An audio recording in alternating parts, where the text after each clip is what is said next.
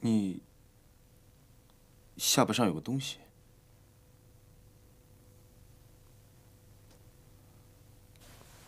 在这儿。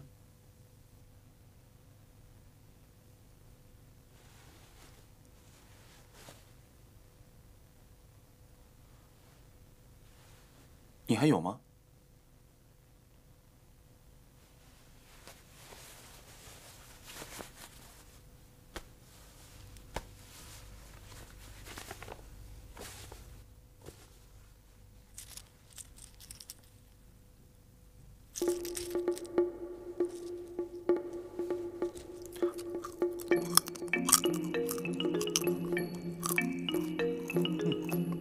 比锅里炒的好吃。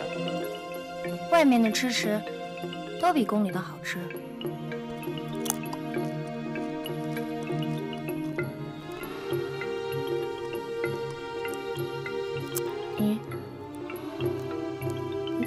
你的脚还疼吗？不疼了。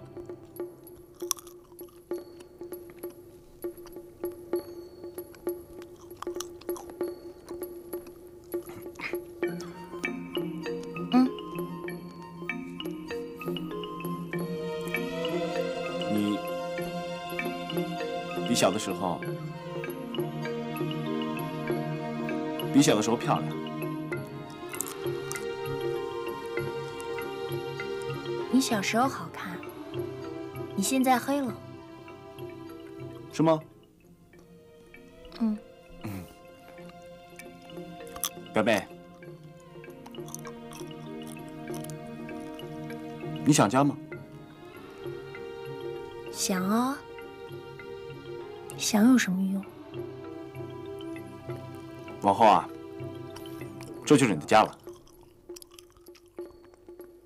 亥时到，事成何几夜？静桌。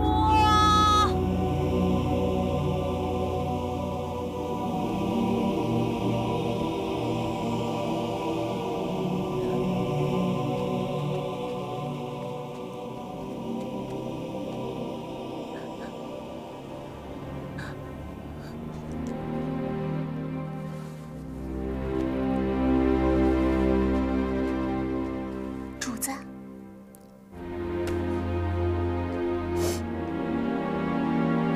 出去出去！谁让你们进来了？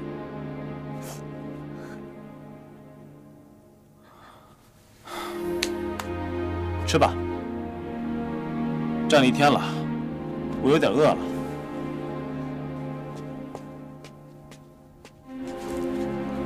上子孙饽饽，皇上皇后多子多福，龙凤吉祥。响的有点高，不像是从钟鼓楼那边传过来的呀。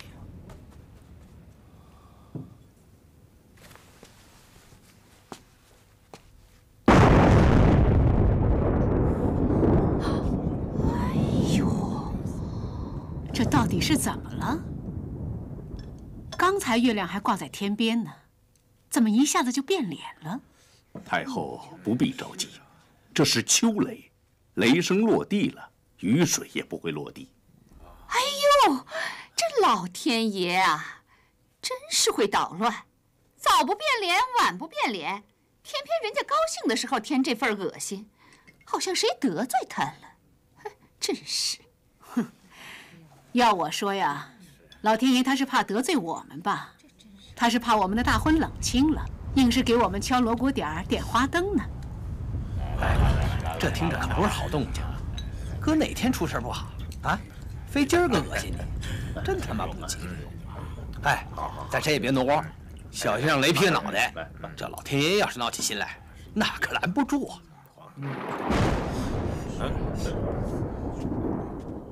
太后，闪电是喜，雷声也是喜，上苍和大地一起祝福，祝福我大清国龙凤吉祥，祝福皇太后万事安康。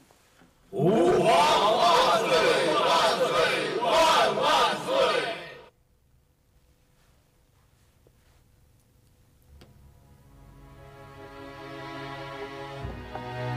行了行了，让老天爷去嚷嚷吧，咱们自己就别嚷嚷了。索大人，臣在。下去告诉喜客们，好好的喝皇上的喜酒，不喝，这辈子恐怕就喝不着了。臣领皇太后懿旨。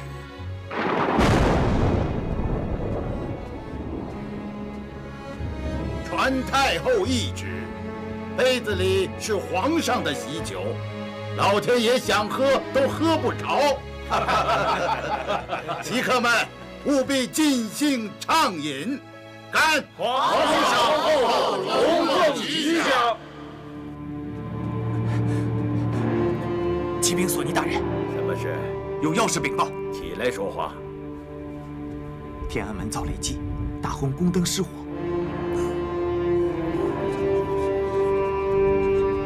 乱糟糟的，又怎么着了？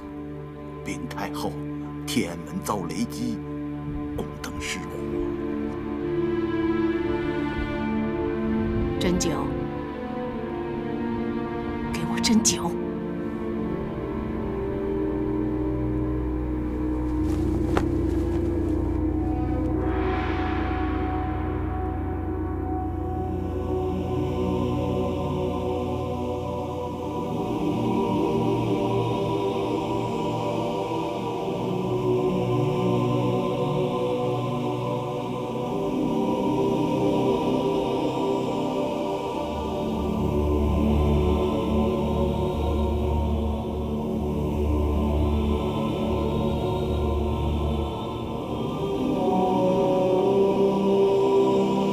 老天爷，8年前我给你敬过酒，那时候这酒不好喝吧？你还记得人们是怎么说的吗？他们说，李自成毁了大明朝，大清朝又灭了李自成，满洲来的孤儿寡母，他们在这里睡不了一个囫囵觉，就得滚回他们的老家去。凡是长着眼睛的，你们睁开眼睛看看吧，我们孤儿寡母在这儿踏踏实实的睡了8年觉，我们没有滚回老家去。我儿子册立了皇后，我们的老家就踩在我们自己的脚底下，有什么办法呢？我们娘儿俩笃定是走不成了。老天爷，你是个孬种，我料你还没有明白，天下是天下人的天下，天下是勇者智者的天下，而不是懦夫败家子儿的天下。大明朝腰塌腿软是自取灭亡，大清朝顶格奋发是东升的旭日。雷霆闪电算得了什么？老天爷，我敬你这杯酒，咱们走着瞧。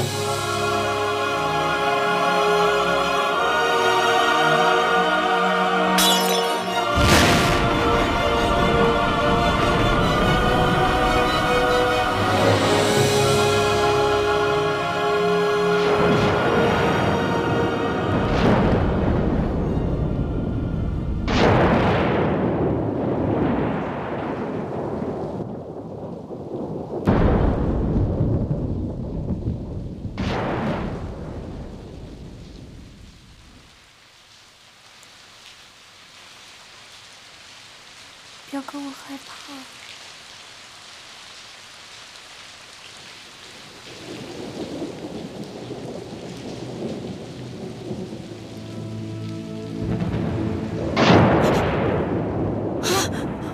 太后，怎么了我？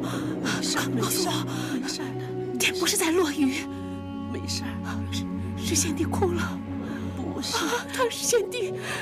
不是师弟的眼泪，他在惦记咱们。不是，你听我说，贤弟呀，是为府里高兴，他是高兴才流泪的啊，没事儿。太后，你去哪儿啊？太后，你去哪儿啊？啊，太后，你，老天爷，跟府里过不去。他是个好孩子，你就冲着我。老天爷，你没事，你别太为难我的儿子。他是个好孩子，太后，我求求你，我求求你了，老太后。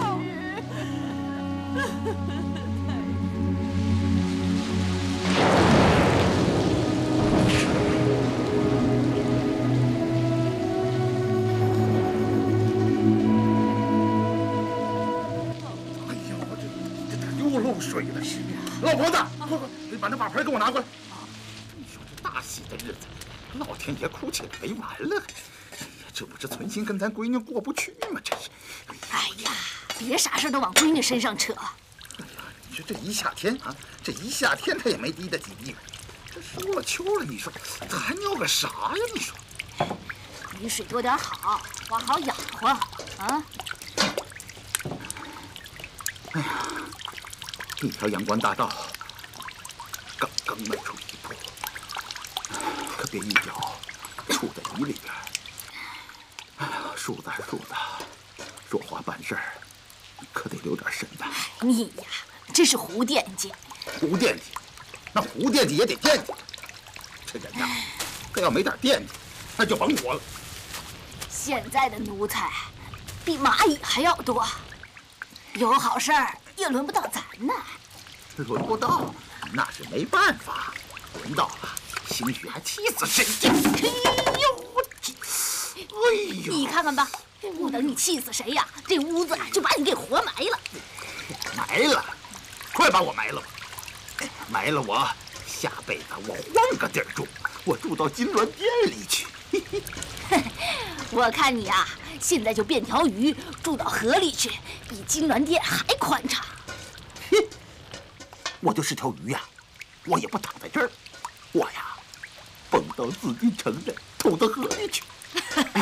你蹦到御膳房的案板上才好呢。你个死老婆子，你就不能惦记点我好啊？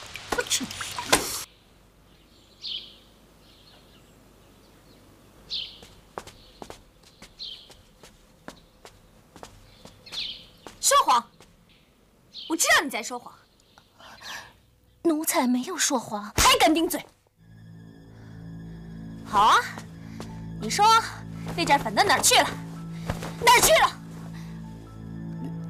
在客府的时候，您嫌不好看，赏给奴才了，是吗？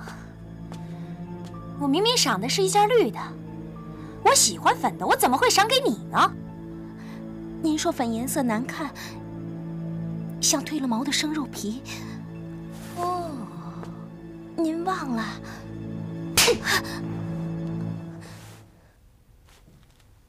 不是赏给你了吗？你拿出来呀！是奴才记差了，奴才给忘了。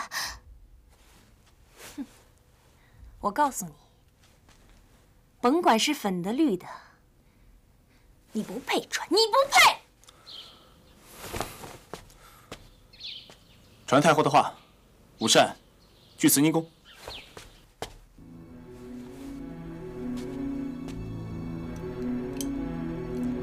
姑妈，家乡的羊肉膻味小多了。是吗？我口重，羊肉吃到我嘴里都是一个味儿，香。福林呐，听索尼大人说，大水已经把崇文门的码头给淹了。我看再过一宿，非得漫了咱们大清门不可了。这阵势倒是以前没有碰到过。啊，秋水退得快，没几个时辰就落下去了。都说这是喜雨，怕姑妈不高兴，人家都捡好听的说呗。姑妈，鸡汤是不是有点咸了？我吃着也觉得有点咸，要不你喝那个汤，那个淡。怎么，你吃好了？啊，吃好了。要吃好了，你就先下去吧，我们留下来说说话。你要是不想走，坐在一边听听也行，随你。额娘，您早点歇息，儿臣晚上再来给你请安。那你好好做事吧，忙的话就不用再跑来跑去的了。还有明天吗？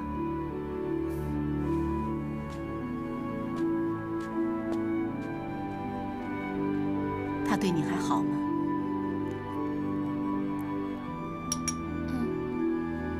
往后的日子还长着呢。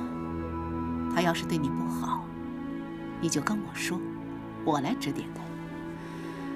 他那个脾气呀，说软的时候都能软得扶不起来，可是硬的时候就像个铁核桃，谁也砸不开。不过我的话他还是听的。他平时话不多，说几句就不张嘴了。他跟别人也这样吗？他从小就是这个样子。要是一般的夫妻呢，兴许话还多一点儿，可是他从小就做了皇上，不能想说什么就说什么，在世人面前呢，还得端着点架子。似乎话少，才显得符合身份，别人看着也放心。听不到他的话，我也不知道该说些什么了。其实除了闷点儿，少言寡语也没有什么不好的。有一件事你得明白。你现在不是王爷府的宝贝丫头了，你是我们大清国的皇后。王爷府的宝贝丫头，不高兴了可以发发脾气，嘴上可以没有把门的，可以说说俏皮话、狠话、损话，一切都随自己的便。可是皇后不行。那我该怎么办呢？比如说，就在这个膳桌上，嘴碰了饭，筷子碰了碗，最好都不要发出声音，更别说这个删了，那个咸了。删了咸了，你就可以不吃，也可以不动嘛。你看这膳桌上有的是不膻不咸的好东西，永远都会让你吃不尽的。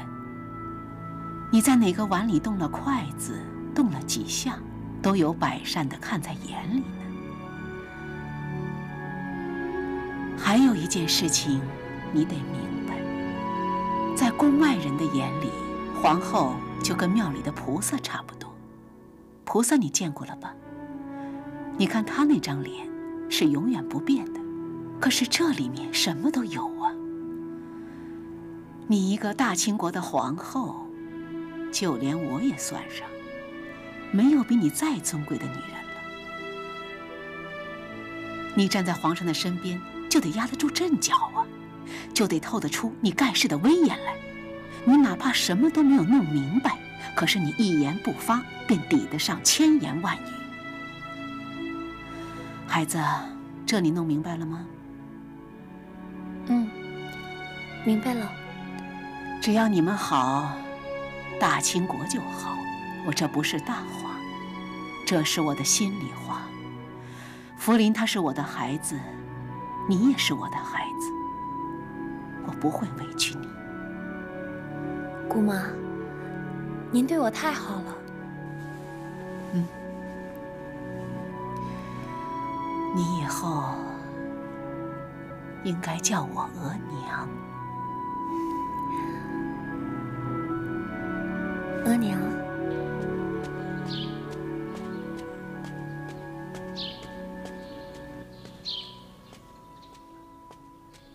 花树子，花树子，来，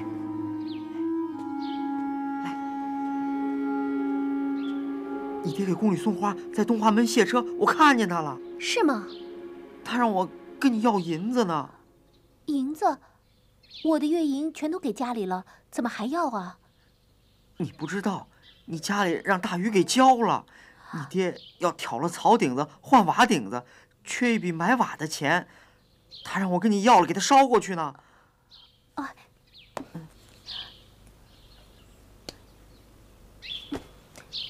你拿着这个，让我爹换点钱。房子先用草顶子把房子扇严实了，日后宽裕了再换瓦顶子吧。这，哎，你，谢谢总管。这是秋季的俸禄和大婚的赏银。收好了，别看这眼下没地方花，将来可是你们的命根子呀！是，早晚有一天呀，都得出宫。到时候你发现举目无亲，大伙儿都像躲赖皮狗一样躲着你们。你呢，肩不能扛，手不能提了，你靠谁呀？啊？谁最亲呢？哼，就是你怀里这点银子。记着我的话，别看这东西呀，又硬又凉，它可是咱们的亲娘们儿啊！哎，你不是新来的吧？怎么连规矩都忘了？哎呦，吴公公，忘了，我光想着娘们儿了，你看忘了孝敬您了。这话我不爱听。怎么叫孝敬我呀？你哪天要是出了点事儿，谁去内务府给你铲呢？我光着舌头去行吗？我把舌头咬烂喽，把牙磨平喽，把腚眼子撅上天，也给你擦不干净。是，别觉着自个儿亏了。今儿个你往这盆里头扔一疙瘩东西，保不定哪天呢，就能换回你一条小命儿。是，这是孝敬谁呢？啊？孝敬你们看不见的祖宗。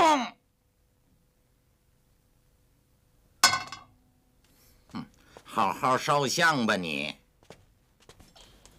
哎呀，搁这儿。哎呀，看什么呢？搁这儿。我说，动作快点啊，麻利点。哎，我这啊，这是花束子，让我烧给你。这什么？哟，你这么多。他进了宫就没舍得花。哎呦，你别数了，快收起来吧。你刚才说什么？没什么。你回去的时候也别空着车了，赶紧绕一趟窑厂把瓦买了吧。哎，我闺女，她跟你还说什么了？啊，还能说什么？以后舔着脸跟皇上要多少给多少，说不定哪天把太和殿要来赏给你。去！哎呀，我闺女嘴里啊，她说不出这么难听的话来。对了，行，这两个你拿着。干什么？让你拿着你就拿着吧，你给我？日后啊，我闺女啊，少不了你的照应。你放心，有我在宫里戳着，你闺女啊吃不了亏。不过你也别忒操心，那闺女身边不是还有皇上呢吗？哎呀，轻点办，你别把那花骨朵给我碰掉了。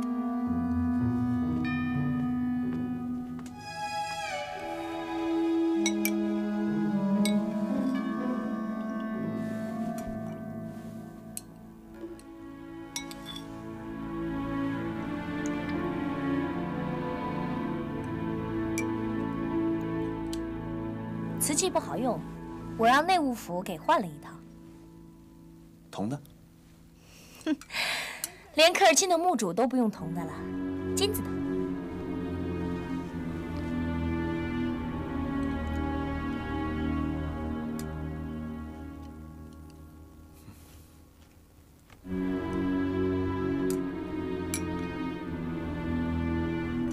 饭菜都变味儿了，我还是喜欢那套青花瓷。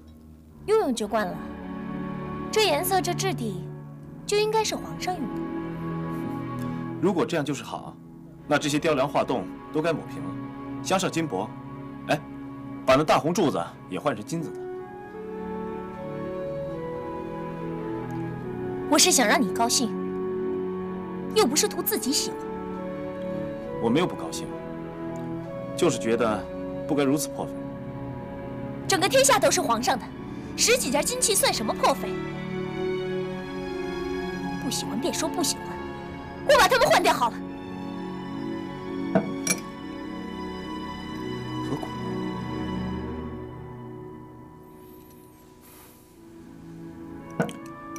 天下自然是咱们的天下，可天下的钱财并不都是咱们的。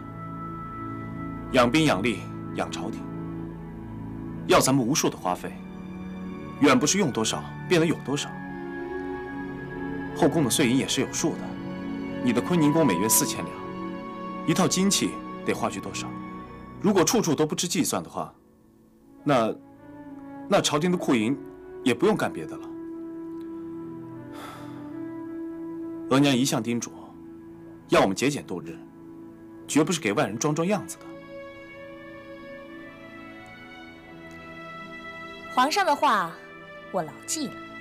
岁银有了亏空，我从娘家补上。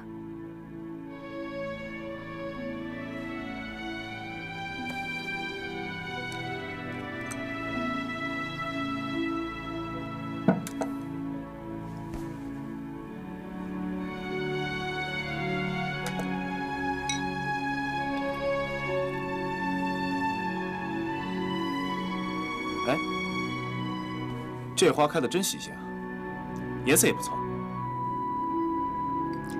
花是不错，就是香味儿让人吃不下饭。把它搬走。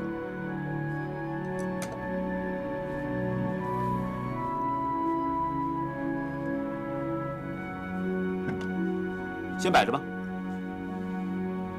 等我走了再摆。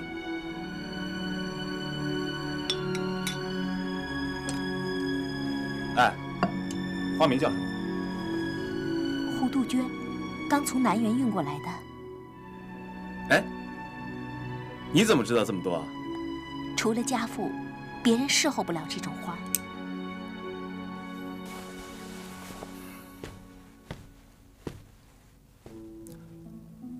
武良甫，奴才在。多弄下来，摆到乾清宫去。这香味儿也不错。哎，你凑近了闻闻，真的不错。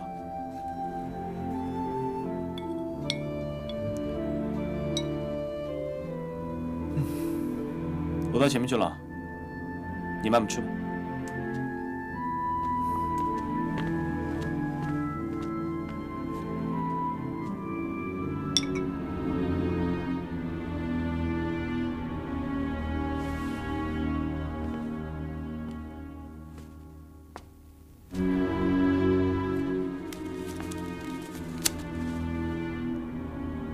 别人的东西，一只烂花也是好的。我的东西，便是金子，也是粪土。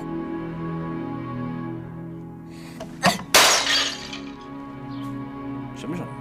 啊？刚才什么声音？什么声音？没什么声音。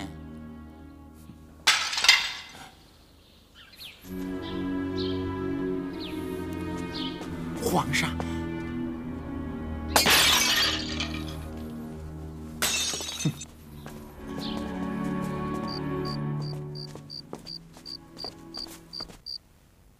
皇上，莲子羹得了，您趁热喝吧。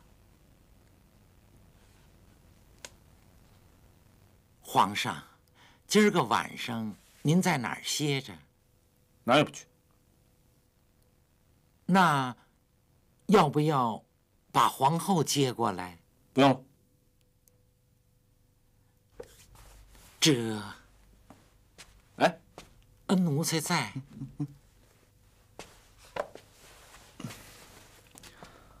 你几岁进的宫啊？皇上，今儿怎么想起问这个来了？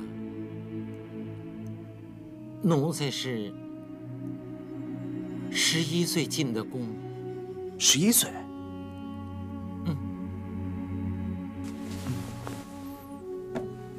那时候还不怎么懂事呢。没过几年，就赶上大明朝完蛋。傻子也懂事儿了。哎，崇祯在后宫是什么样子啊？他能把自己在树上吊死，还能是什么样？就俩字儿。哪俩字？窝囊。现在几时了？子时了。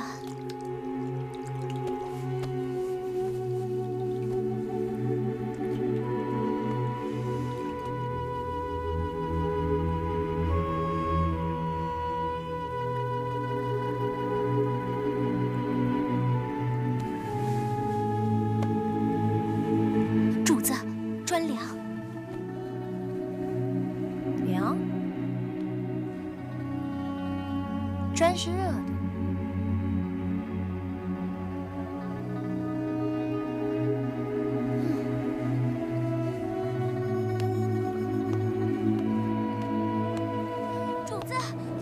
主子，外面风大，主子，光着脚要着凉的，您穿上鞋吧。主子，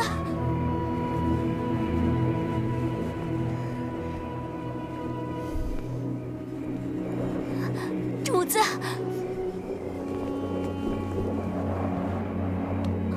主子，夜深了，您该歇息了。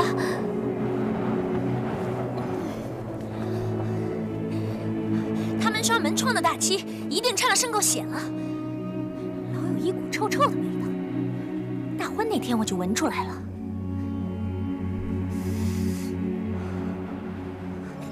你闻到了吗，主子？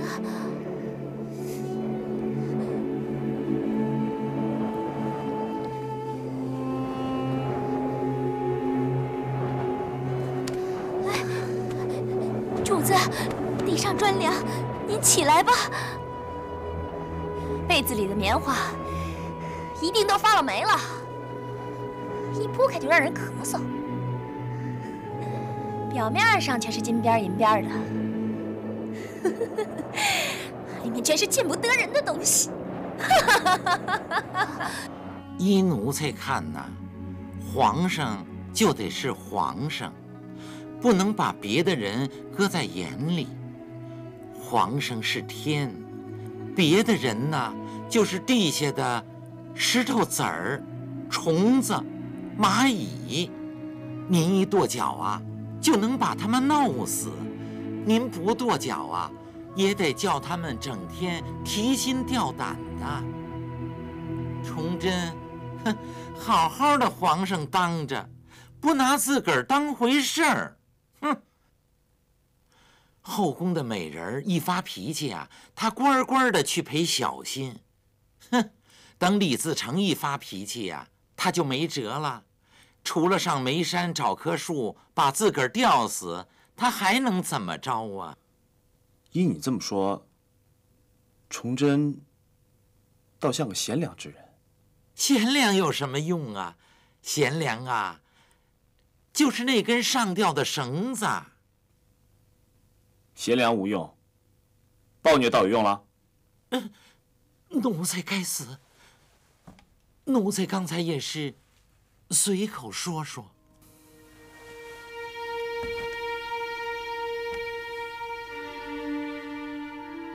贤良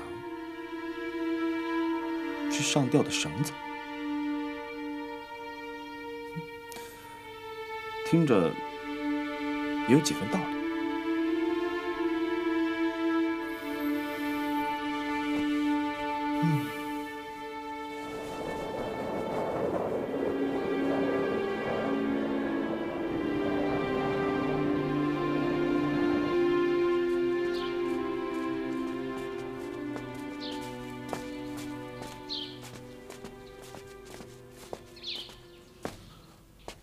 额娘，儿臣给母后请安。坐下吧。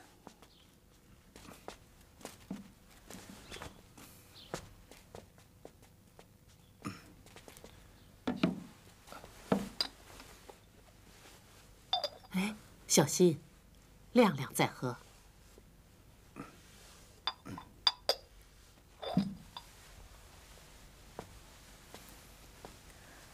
孩子。我看你气色不错嘛。啊，吃得好，睡得也不赖嘛，是吗？都挺好的。坤宁宫那边怎么样了？也挺好的。哼，怎么个好法啊？跟额娘说说看。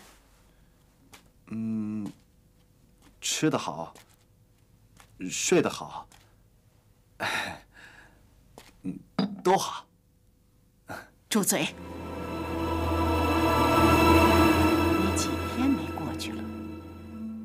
2天吧。到底几天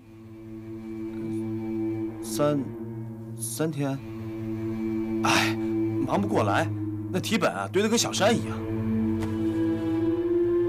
我没问你前朝的事情，我是在问你后宫到底出了什么毛病。怎么了？告诉额娘，那坤宁宫的洞房里边，是有蛇还是有刺猬？吓得你就不敢过去。我没有不敢过去，只不过每天都忙到后半夜的，我不想打搅他，就留在乾清宫自己睡了。可是皇后病了，你知道吗？她怎么了？主子，药好了，再搁就凉了，您还是趁热喝了吧。我不吃，你告诉他们，我不配吃他们的药。不吃药怎么能退热呢？只怕我就这样死了，人家才高兴。主子，快别这么说。您要是不吃药，奴才怎么向太后交代呢？她生了病，倒是我的错了。可你冷落了她，这不是你的错，又是谁的错呢？新婚燕尔，你不待在你应该待的地方，不去做你应该做的事情，这究竟是谁的错呢？额娘都跟你说过多少回了，你全都当成耳旁风了。我，不就是青花瓷换成了金器吗？这多大的一件事情，也值得你怄那么大的气呀？我没有怄气。你这是在跟我怄气，你是找了个茬儿给额娘脸色看。太后，您别替他拦着，让皇上把话听完。你6岁就坐在了龙椅上，那时候你都会些什么呢？你现在是皇帝，将来还是皇帝。一个皇帝究竟会干些什么？你应该问问你自己呀。你想消灭王朝的敌人，有人替你冲锋陷阵；你想否定天下的百姓，就有人替你出谋划策。你要出宫巡游，有人给你牵马缰抬轿子；你要降旨颁诏，就有人替你捉笔行文。凡是只要你想得到的地方，就有人替你操劳。可是只有一件事情，谁也替不了你，就凭这沉甸甸的皇位，你得替自己传宗接代，替爱新觉罗的祖宗传宗接代。孩子，你可是个新郎官儿，你就应该待在你自己应该待的地方。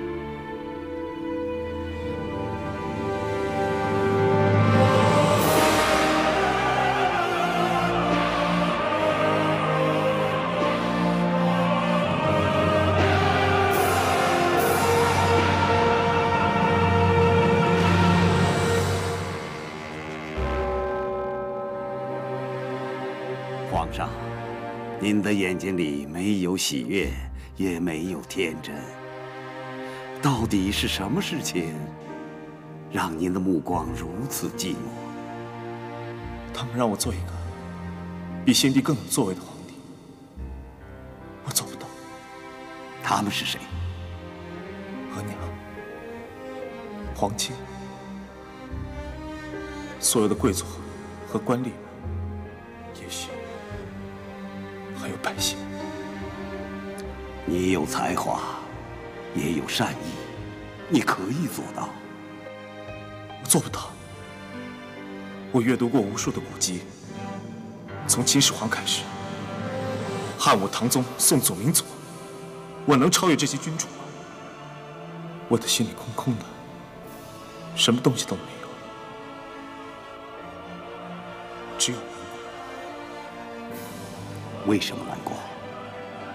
大婚那天，坤宁宫的洞房里红艳艳的，到处都是喜。我泡在血水里，喘不过气来。婚床上的女人，也不能给你带来喜悦吗？她的身子是粘的。主啊，怜悯她吧！您统治着世界上最大的国家，天主因此也特别眷顾你，所以您要尽快改正您的过错。我的过错是什么？与死亡无休止的纠缠。告诉我，我该怎么做？消除你的畏惧，做一个彻底坦荡的人。好的。还有呢？爱你的臣民，尤其要爱你身边的人。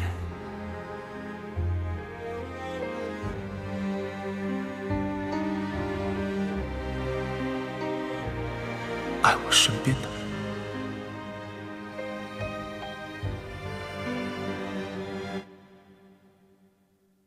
姐姐，您别再夸我了。要说气色好啊，这宫里头上上下下的女人，谁比得上您呢？气色好不算好，你嚼根辣椒，气色都比别人好。我这算什么好啊？那是假好，肤色好才是真好呢。我真是弄不明白，入秋都这么多天了，你的脸怎么还是那么嫩呢？哎呀，你瞧我的脸皮儿啊，早就被秋风吹干了。那是因为我的脸皮儿比您薄。我明白了，闹了半天是我的脸皮儿比你厚。哎呦，看我这嘴呀，真不会说话。我的意思是说，脸皮儿薄呢，汗油就容易渗出来；脸皮儿看着嫩呢，其实是挂着汗油呢。出汗谁不会呀？别拿汗油说事儿了，赶快招供吧。你使的什么好法子呀？你们看看那边那几只特别大，怎么会有这么大的鱼呀？啊！快吃快吃，这还有呢，别抢。再吃点。自打入宫以来，很少看到娘娘这么开心。娘娘今天是真的高兴啊！我呀，没见过这么大的鱼，比猫还大呢。吃食的时候，嘴张得像酒盅一样。哎，你看，那2条特别大。多吃点啊，花树子，快多拿点。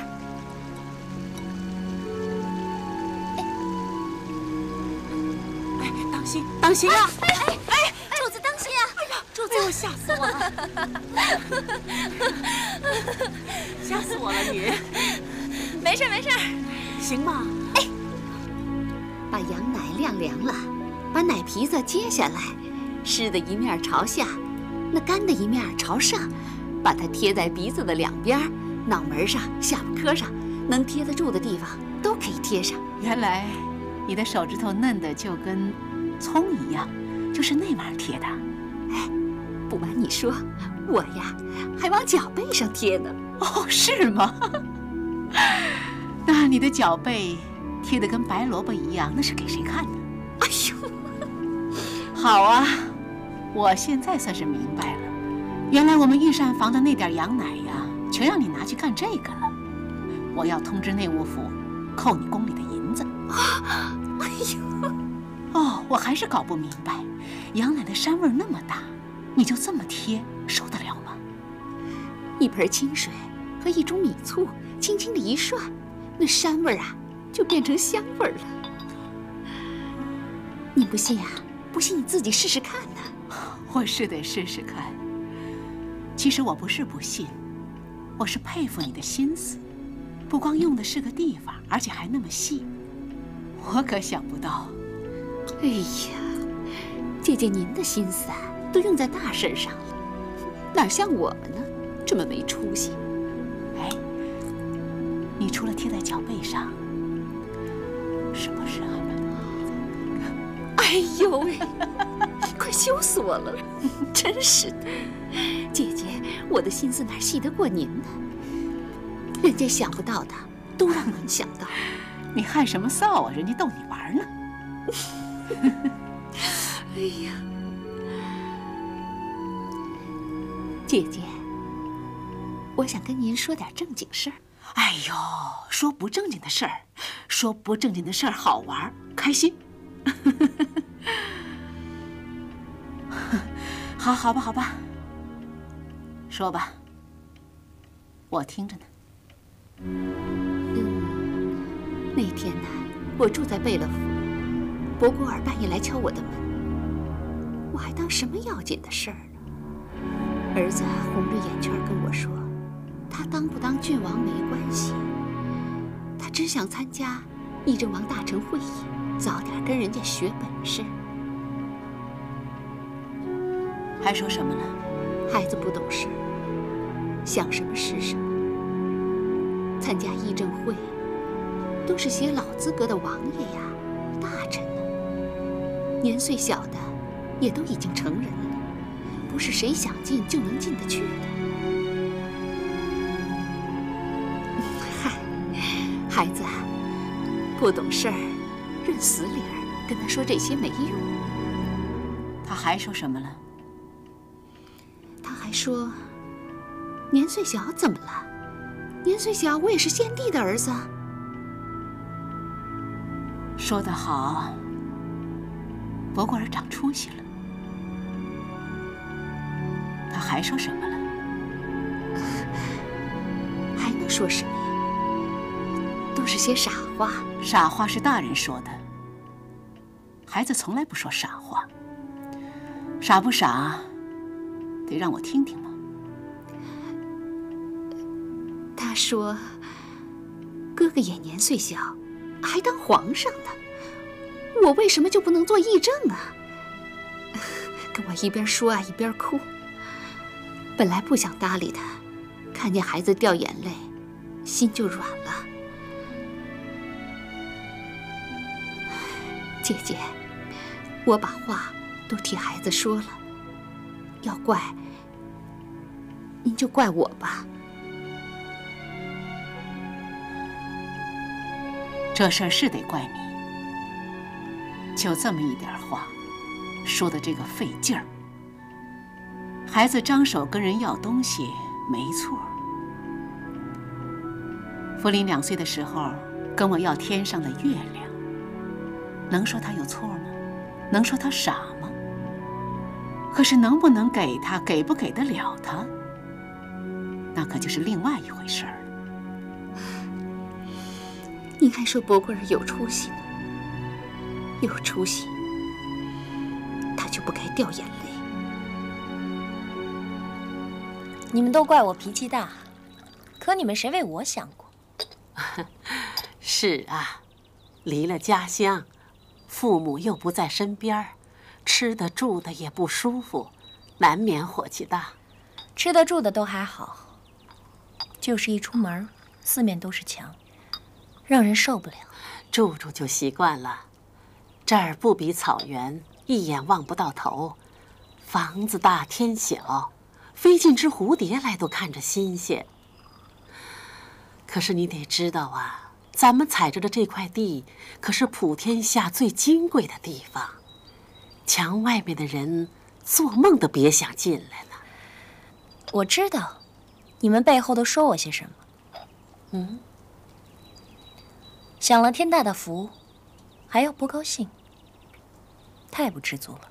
哎呦，这话呀，只有娘娘自己说。娘娘有脾气，那是应该的，可是不要为此伤了自己的身子。娘娘这次着了风寒，好不容易好了，有几件事情得牢记下来。什么事啊？太后吩咐，日后入了夜，不要打赤脚，不要着单衣坐在风口上。最要紧的是，不要乱摔器物。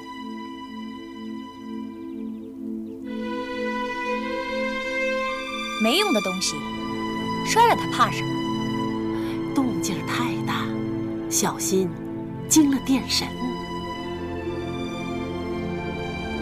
刚才你还说你儿子掉眼泪没出息，怎么现在你自己也掉起眼泪来了？我恨我儿子，非逼我张这个嘴。明明知道张嘴没用，他还非逼我给太后出难题，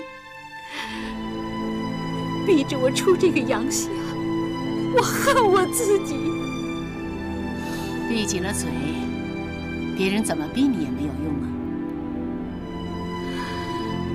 可怜我的儿子，除了逼他没用的这个额娘，还能干什么呢？那你回去告诉博果儿，他要的东西我不能给他，让他自己找皇上去。皇上答应了，议政王、议政大臣们不答应，也照样没用。你再告诉他，干什么事情都不能太着急。真要着急，那头一个福晋不是给修了吗？赶紧给自己挑一个像样的福晋回来。好好的贝勒府，只有母子俩住着，不觉得缺点什么吗？老的少的都这么没出息，人家像样的，谁肯嫁过来？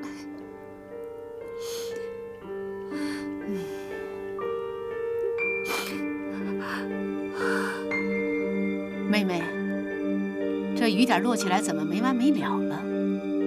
外边乱七八糟的眼睛在看着你呢。我还怕谁看呢？我都快趴下了，我还怕谁看？行了，你使了那么大的劲儿，一直在可怜你自己，我可没有时间陪你坐在这里闲聊。姐姐，你要是这么说，我们母子还指望谁呀？谁也别指望，咱们就指望皇上一个人，足够了。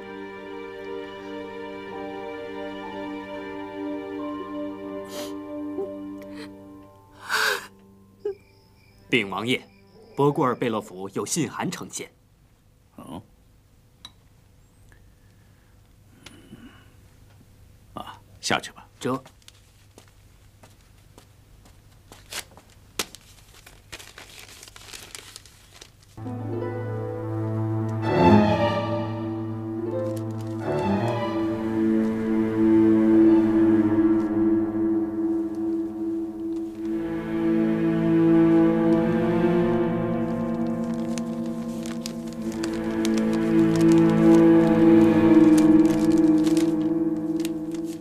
博古尔贝勒虽然年幼，但他身为皇子，血统高贵，志向远大，聪颖过人。这样的人参加议政会议，本议政深感荣耀。年幼寡知，岂可议政？再等几年吧。议政会议乃议政之地，血统高贵与否无关紧要。如果血统无关紧要，为什么议政大殿只有满人而没有汉人？这里不正是固守祖宗基业之地吗？博古尔贝勒是太宗先帝的亲生儿子，他年少有为，对我大清忠心耿耿。将这样的人排斥于议政大殿之门外，本议政百思不得其解。以微臣之见，各位所言都有各自的道理。不过，各位议政王和议政大臣都是多年征战之人，即便是几位年轻的王爷，在朝廷行走也久有时日，这些都远非博古尔贝勒可比的。如果身为议政，不谙政事，又不知艺术，徒有虚名，又有何意呢？索大人所言极是，所言极是啊！哎，我看咱们别扯那么远了。说白了吧，让博格尔议政，无非就是给他个名分。哼，皇上他6岁登基，谁嫌他岁数小了？够了，都不要再说了。本来是件不大的事情，议来议去，越扯越远。安郡王，你的见解如何？此事虽说简单，可是旗舰纷生，我看咱们还是从长计议吧。我还是那句话，波孤儿屡遭排斥，令人百思不得其解。简郡王出言如此激烈，微臣也是百思不得其解。鳌拜大人，你有何不解呀？波孤儿年幼，尽人皆知。晚几年议政，有何不妥？如此着急，是他本人着急，还是别人替他着急？又是为什么着急？微臣也有重重不解之处。身为皇子，他应该有他的名分。够了，都不要再说了。议政会不是给宗室排座次的地方，一件小事，如此纠缠不清。别的事以后再议，今天散了吧。郑郡王息怒，息怒。我身体不适，安郡王，你带我去禀报皇上，口录册子一并带去。如此议政，乱而无序，不议也罢。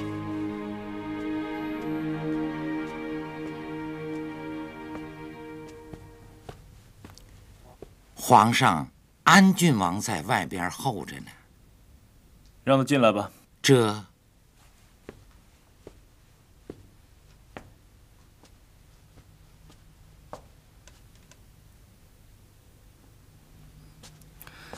安郡王乐乐恭。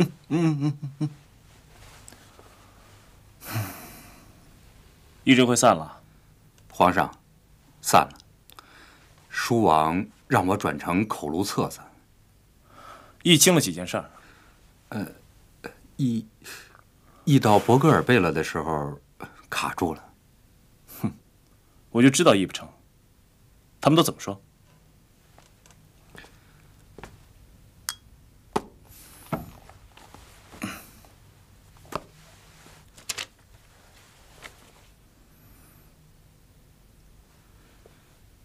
皇上，您的这个水牛图真是画得越来越精了呀。鳌拜平时不怎么说话，连他也跟别人顶牛了。没有太后的授意，我料定他不会这么做。皇上，您看您这个牛角画得好，这一笔里边包含了这么多的浓淡。好。季度为什么这么说话？气冲冲的，他是怪我吗？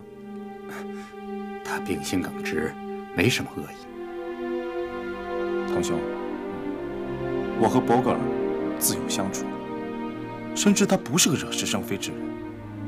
可额娘为什么不喜欢他呢？伯格尔表面不吭不哈的，我真不知道他心里作何感想。有些时候，我总觉得有点对不住他。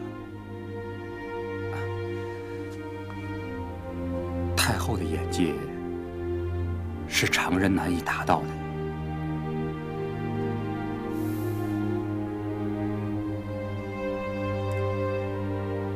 你要是喜欢，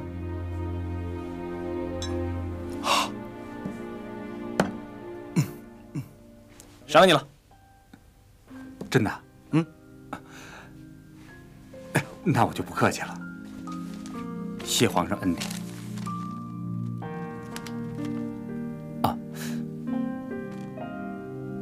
皇上，太后的苦心，我仍需体悟。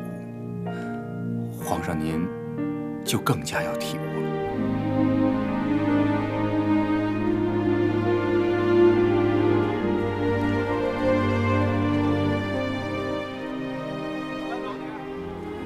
你们先回去吧，不必等我。是老爷。是老爷。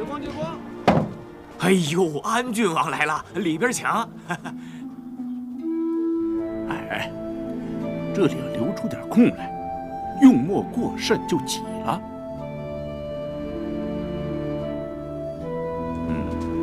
好，很好。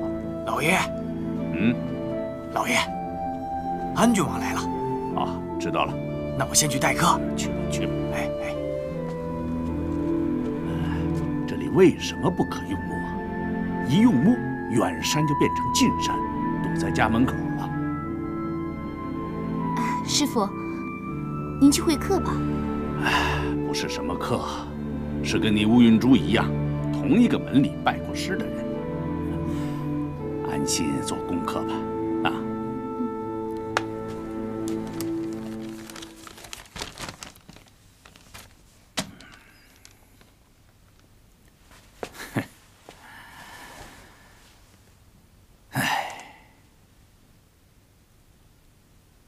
满纸都是浮躁之气呀！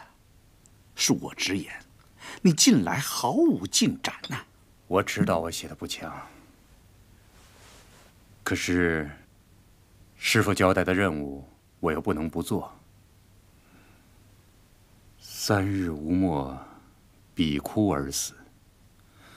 师傅不是总拿这句话来吓唬我吗？这可不是吓唬你。你再怎么心不在焉的泼墨，那笔可真要死了。安郡王也算是经世之人呐，心里堵了什么事儿，不应该挂在脸上。心之所至，身不由己啊。小姐，你不是一直想见皇上吗？他们说安郡王长得像皇上，走啊，看看去。他有什么好看的？哎，什么人啊？鄂硕将军的千金和侍女。是董鄂氏的鄂硕吗？是，就是他。从前的杭州将军，现在的护军副都统。他刚把女儿从杭州接来，是一个少见的伶俐女子啊，才商过人。乌云珠，乌云珠，出来拜见安郡王。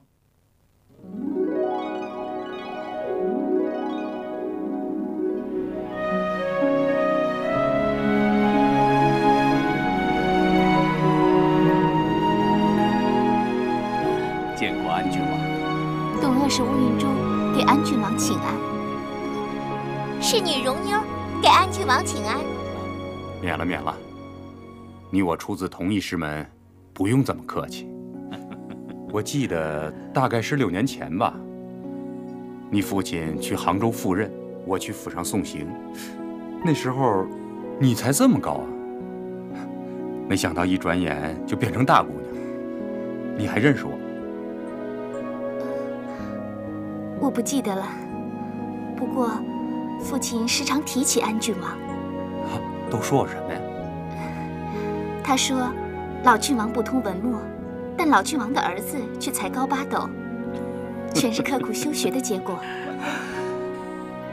当年鄂硕将军在家父手下，家父是个粗人，闹了不少笑话。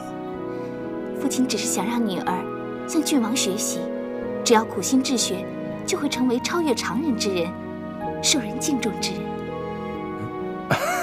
将军真是过奖。大清国是海上的航船，船主心明胆烈，水手恪尽职守，这条船就能来去自如，离港也可以归港。在座的各位就是这条船上的舵手，船主有闪失，我们却不能有闪失。明知航船驶入交从密布之地，却不能避害趋利，是身为议政者最大的失职。秋露已深，落叶遍地，又到了该秋决的时候了。苍天正等着见证大清国重罪囚徒的污血。当今皇上年幼，未经征战，不知道头颅何以落地。往日秋决议政会议也曾数度恳请皇上御驾光临，均被皇上以年幼为由履行推脱。皇上，贵为天子，不知杀伐与血泊为何物，不知生死系于一线为何情何景。终归是国朝之憾呐。诸位以为如何呀？郑亲王的意思是想请皇上观斩吗？索大人，你的意思呢？皇上久居内宫，突见血腥之象，怕对心身不利吧？血腥之象对圣上的心身不利，那内宫的脂粉之气，对圣上的身心就有利了吗？这得有人告诉皇上，这看杀人可是个乐子，杀什么东西都不如看杀人过瘾。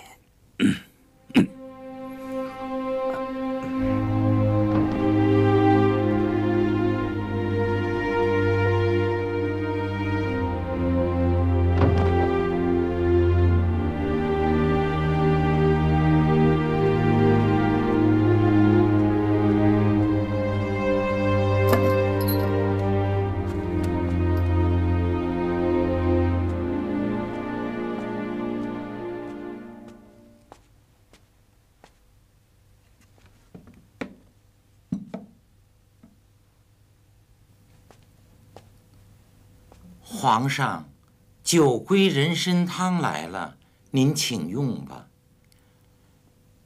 皇上，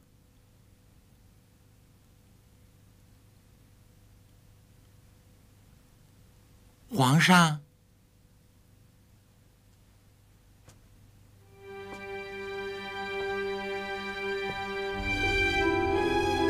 皇上，嘿。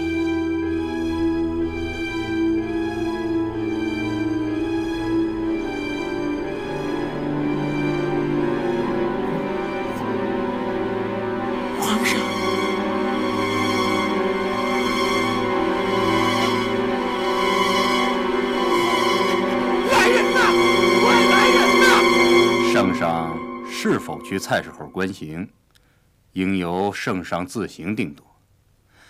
充满血腥之地，并不是圣上的禁地，但是去还是不去，还要看是否有利于朝廷。现而今，南方战事未决，正处血雨腥风之际，圣上不去观刑的话，恐怕也无损他的威严吧。况且，我满洲立国以来，并不完全在杀伐，皇上厉行仁政，多在扶民之举。如果兴师动众地前去观刑，反而有损圣上的仁爱之意吧。如果观刑便有损仁爱，无此仁爱也就罢了。哎呦，这可怎么办？怎么回事？敖大人，出事儿了！出什么事了？皇上，说呀！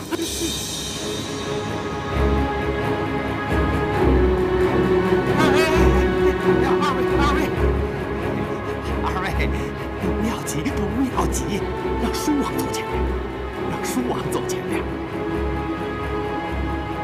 不要慌，大家都不要乱，听我的吩咐，把宫门给我封上，不准走入任何消息。这，你们跟我进宫查看，你们在此等候，不得擅入。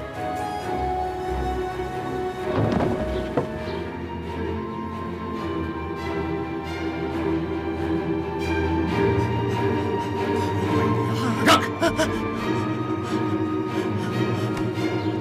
哎，皇。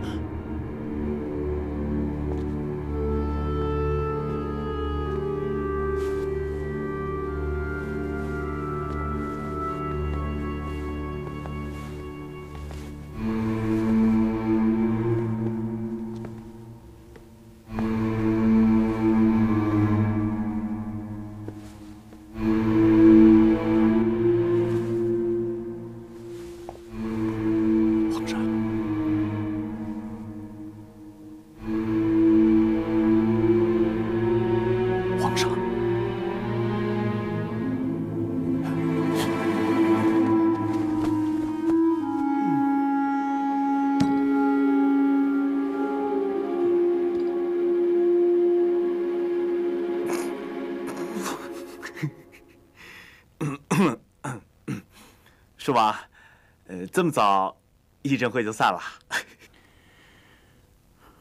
恭喜皇上安然无恙。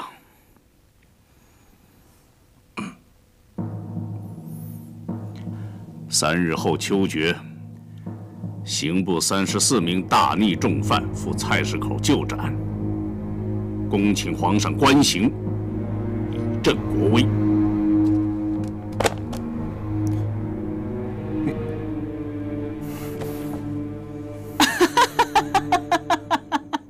叔王，再怎么着他还是个孩子，不必跟他怄气呀。大婚已过，举止理应有所检点。内公寂寞，他是想逗大伙儿开心呢。勤政之君，如此戏弄臣下，有失皇尊。更何况，在乾清宫行诈死之事，与风水不利，与运道也无益呀。请太后务必对皇上加以规劝。他不成体统，那我的脸也没地方搁了。一时寂寞，在后宫怎么取乐都行，在王爷大臣面前却要拿得住分寸，见了下官和百姓，更不能有一丝一毫的差池。皇尊是皇上一个人的，更是大清国万万人的，不可以掉以轻心呢。上上下下，除了我，最疼福临的就是叔王您了。太后过奖了。那皇上关刑的事情，他答应了吗？去年也曾答应，却没有去关刑，反而去行猎了。今年万不可以再发生变故。鄙王恳请太后严词督促，万不可以使皇上再行闪避了。杀伐见血本是寻常之事嘛，却令皇上如此惧怕，外人知道了，会作何感想？叔王认为皇上是出于惧怕吗？皇上是否出于惧怕，太后自然清楚。他是守着您长大的。叔王应该知道，咱们大清国最不缺的一样宝贝是什么？请太后教诲一二。咱们最不缺的是嗜血成性之人。没有这些宝贝，江山到不了咱们手里。如果只靠这些宝贝就能江山永固的话，那感情也好。可惜呀，叔王，血流不尽，江山易手。我们今天怎么把它夺过来的，明天就怎么丢了出去。叔王，别人可以不提，单单有个秦始皇栽在那儿，就足够了。皇上秉性慈善，仁爱过人，这大家都知道。可仁爱过度，在书生无害，在百姓也无害，在人君就未必是无害的了。叔王，您跟我是一个意思。皇上身上可以指摘的地方，就是仁爱过度，而不是惧怕。如果仁爱是其所长，所长又碍事，成了绊脚的绳子，可以想个办法，把绳子给剪短了。请皇上务必去关刑。好，他要是不去，我陪他去，我们大伙儿都陪他去。叔王啊，博过尔的事情最后又怎么着了？博过尔年幼，现在议政过于勉强，议政会不准备接纳他。那有人不乐意了吧？议政会万般杂事，议到哪一项，总会有人不乐意，这不足为怪。可是要有人不乐意，叔王得替皇上去开导他们。皇上不是不让他弟弟议政，是想过些年再让他议政，免得别人说闲话。满洲的功臣和巴图鲁数不尽，都想来做议政，闷着头的往这个圈子里挤，挤得进来吗？就是都挤进来了，七嘴八舌的还议得成事儿吗？这些道理，书王得去告诉那些不乐意的人。这请太后放心，道理嘛是明摆着的，大家都知道是怎么回事儿。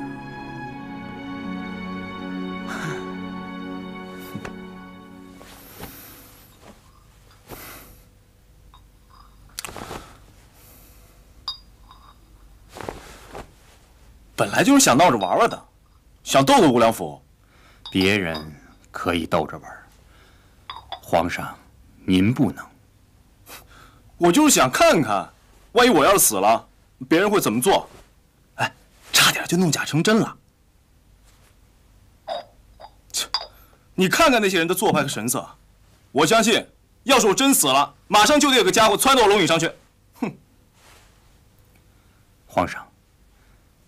这话，您不能随便说。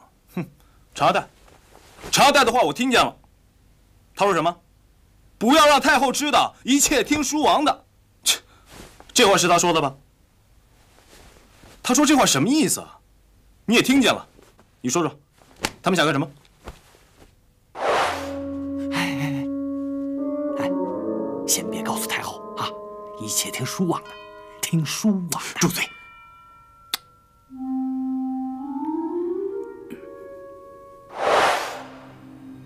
情急之下，有些话脱口而出，也不足为凭嘛。我不会忘了这件事儿。皇上，不管怎么样，以后像这种玩笑，万万不可再开了。欺哄臣下已经不妥，多疑无惧便更加不妥。平心而论。皇上一旦真的出了什么事情，在没有搞清楚事情之前，我也不会冒冒失失的到太后那儿去禀报。书王是辅政王，出了事儿，您说不听他的，听谁的呢？玩笑无度，自扰清静。皇上一定要记住这个教训。我自然会记得，我说过。我不会忘了这件事儿。是，有些事儿记住了也没什么坏处。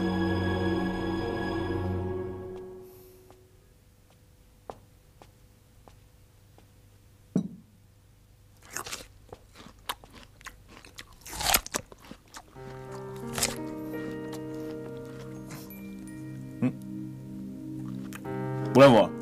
奴才在，有什么说吧。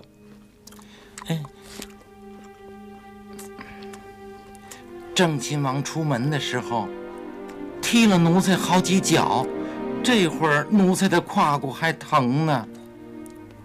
是吗？那你以后见了他多远点不就完了吗？皇上跟人家开玩笑，奴才挨踢，奴才觉着冤得慌。哼！一点都不冤得慌，连死活都分不出来，我还想踢你呢。哎呦，今儿个奴才怎么这么倒霉呀？皇上，您是这会儿踢还是待会儿踢？奴才给您备着呢。踢就踢，你我不敢啊。我，哎，好了，吴良辅啊，你下去候着吧。这，哎呦，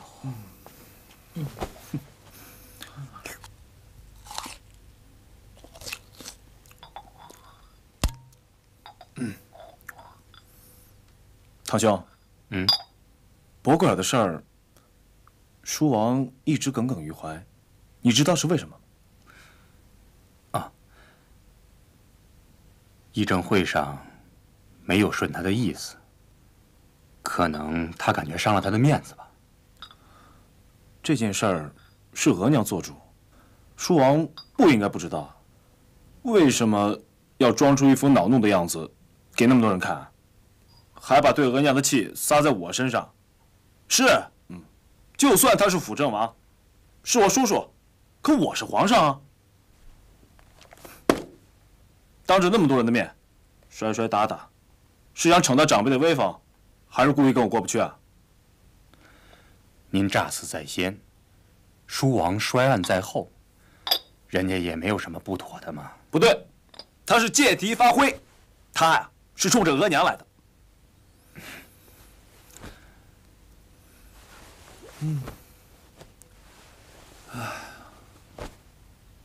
夹在他们中间，真让我难受，太难受了。皇上，博过儿备了求见。没递牌子怎么进来了？像是有要紧的事儿，您见不见呢？我见不见啊？见也好。皇上当面把您的意思跟贝勒讲清楚。哎呀，不见不见，见了也没话说。你告诉他，我今天不见，包给回了。这慢，皇上，这么简单的事情，难道您也怕？你让我怎么说？哦，不是我不让你议政，是额娘不让你议政，我怎么说得出口啊？不行不行不行，我脑袋疼，我烦死了，烦死了，烦呐！哎呦，烦死了！皇上，皇上，皇上，下去吧。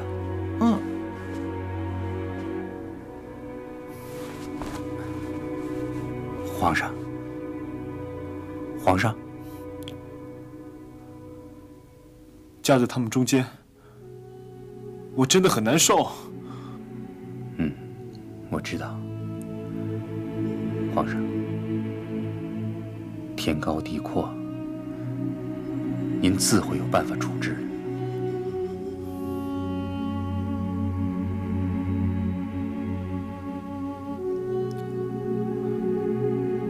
腾兄，你见过砍头吗？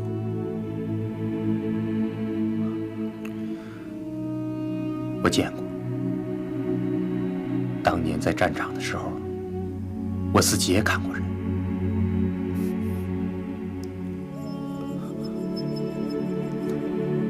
那么粗的脖子，一下子就断了。只要刀磨得快，一下子就砍断了。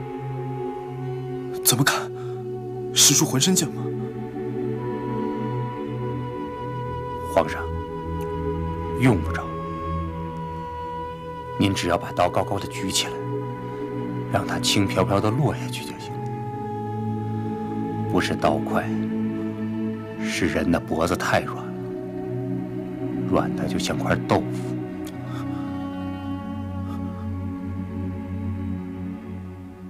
西风烈，残阳斜，生与死永相别。来去之间，重重叠叠。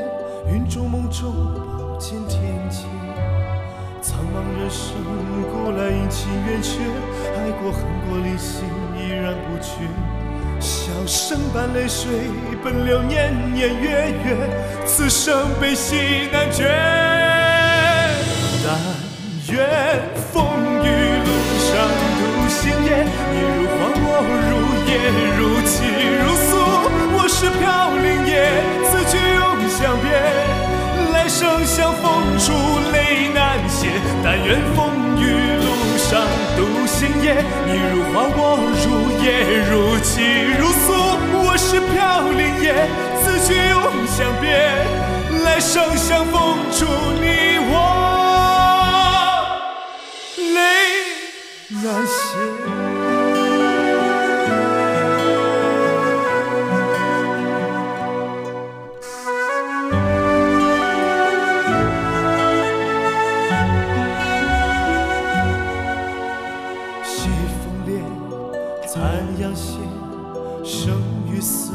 相别，来去之间，重重叠叠，云中梦中不见天界。苍茫人生古来阴晴圆缺，爱过恨过离心依然不绝。笑声般泪水奔流年年月月，此生悲喜难决。但愿风雨路上独行也，你如花，我如叶，如泣如诉。我是飘零叶，此去永相别。来生相逢，珠泪难歇。